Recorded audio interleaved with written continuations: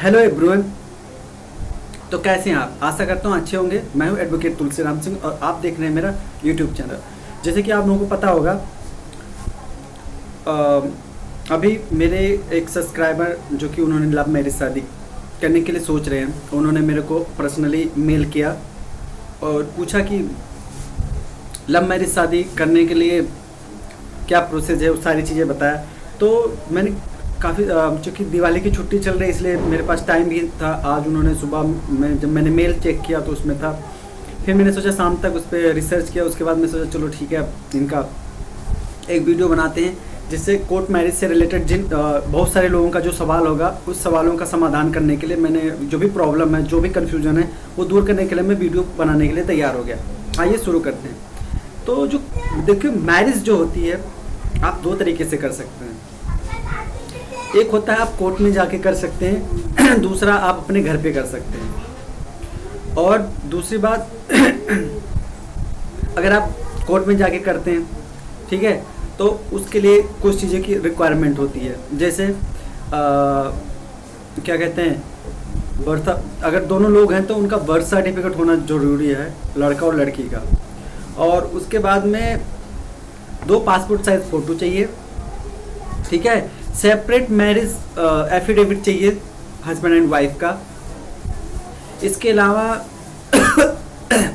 Invitation card चाहिए, आधार card चाहिए, ठीक है। इसको ऑनलाइन और ये तो आपके डॉक्यूमेंट हो गए जो रिक्वायरमेंट होते हैं। इसके अलावा हो गया, आप इसको शादी कैसे क्या कहते हैं, आप रजिस्ट्रार, जो आपके नज़दीकी रजिस्ट्रार हैं वहाँ जाके शादी कर सकते हैं। अब जैसे जो रजिस्ट्रार होते हैं, रजिस्ट्रार के ऑफिस में जाके शादी कर सकते हैं आप, ठीक है।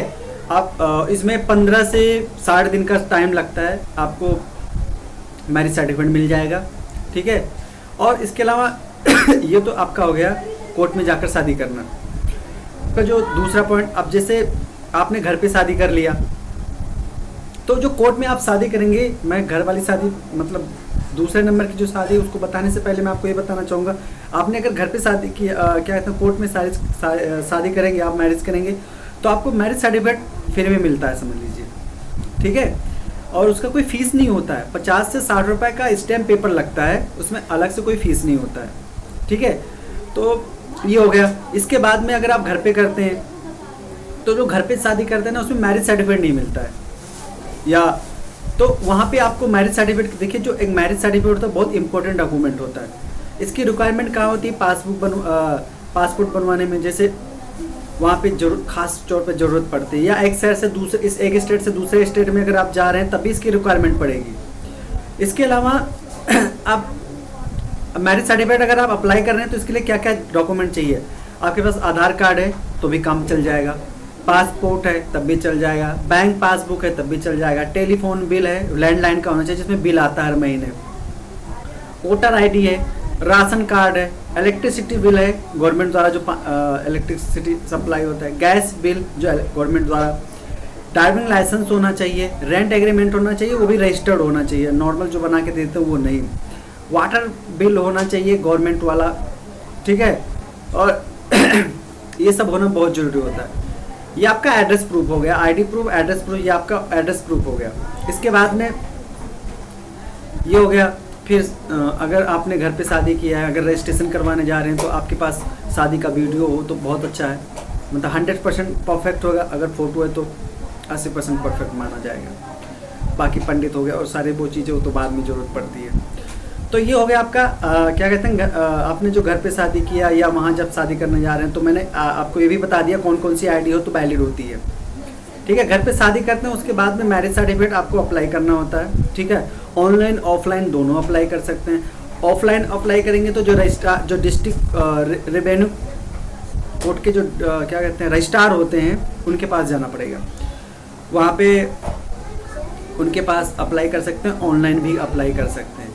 और रही बात, जैसे कम समय में आपको चाहिए, जैसे कोई लोगों को पासपोर्ट, जैसे कोई इंडियन लड़की है वो फॉरेन लड़के से शादी करना चाहती है, तो चूंकि अगर इंडिया में कर रही है, इंडिया के रीति रिवाज के, मतलब हिंदू मैरिज एक्ट के रीति रिवाज के हिसाब से कर रही है, तो शादी तो यहाँ हो सकती है, बिल्कुल हो जाएगी। उस जगह पे आपको जो क्या कहते हैं पासपोर्ट बनवाना होता है, वहाँ पर मैरिज सर्टिफिकेट की बहुत ज़्यादा आवश्यकता होती है। तो शादी होगी कैसे, उससे पहले क्या करना होगा, जो जैसे अमेरिका कोई है तो जो इंडिया में अमेरिका एम्बेसी होता है ना, वहाँ पे जो होते हैं राजदूत होते हैं, उनसे कंफर्म करना होता है उसकी आईडी, वो सारी चीज़ें जो भी होते हैं वहाँ पे वेरीफाई करवाने के बाद में फिर वो शादी हो सकती है। और फिर उसी के हिसाब से अब मैरिज सर्टिफिकेट होगा। तो मैरिज सर्टिफिकेट से क्या होता है कि अगर उनको वहाँ का जाकर नागरिकता लेनी है तो वो आसान हो जाता है, एक प्रूफ होता है कि आपकी शादी। और यहाँ तक जब तलाक, इन केस भगवान न करे अगर तलाक लेने की नौबत आती है तो वहाँ पे भी इसका काम आता है। और अगर एक हस्बैंड वाइफ में से कोई भी एक दूसरे को अगर धोखा देकर भागने की कोशिश कर रहा है, मैं इसके फ़ायदे बता रहा हूँ, तो भी वहाँ पे काम आता है। तो कहने का मतलब जो मैरिज रजिस्ट्रेशन का जो काम है वो बहुत इम्पोर्टेंट है, मतलब बहुत हर जगह यूटिलाइज होता है। नेशनल बैंक से अगर आपको लोन लेना है या कुछ काम करना है, अकाउंट खुलवाना है, तो वहाँ मैरिज सर्टिफिकेट बहुत ज़रूरत होता है। हस्बैंड वाइफ का किसी का भी अगर ऐसा कुछ करना है, जॉइंट LIC करवाना है, जॉइंट इंश्योरेंस करवाना है, तो वहाँ भी मैरिज सर्टिफिकेट बहुत ज़्यादा यूजेबल होता है। तो कहने का मतलब देखिए ये सारी चीज़ें बहुत इंपॉर्टेंट चीज़ होती है। तो जिन लोगों ने वीडियो देखा है मैं उनसे रिक्वेस्ट करूँगा, और जहाँ मैं आशा करता हूँ कि आप लोगों को ये चीज़ समझ में आ गया होगा मैरिज सर्टिफिकेट कैसे होता है। इसके बावजूद अगर आपको समझ में नहीं आता तो आप अपने नज़दीकी एडवोकेट, जो आपके एरिया में कोई एडवोकेट है, उससे कांटेक्ट कर सकते हैं। नहीं तो और भी आपको जो जानकारी चाहिए तो आप मुझे मेल भी कर सकते हैं, आप मुझे कमेंट भी कर सकते हैं अगर वीडियो में कहीं भी कुछ समझ में नहीं आता है, तो मैं और विस्तार से बताने की कोशिश करूँगा। फिर मिलूँगा एक नई वीडियो के साथ, तब तक के लिए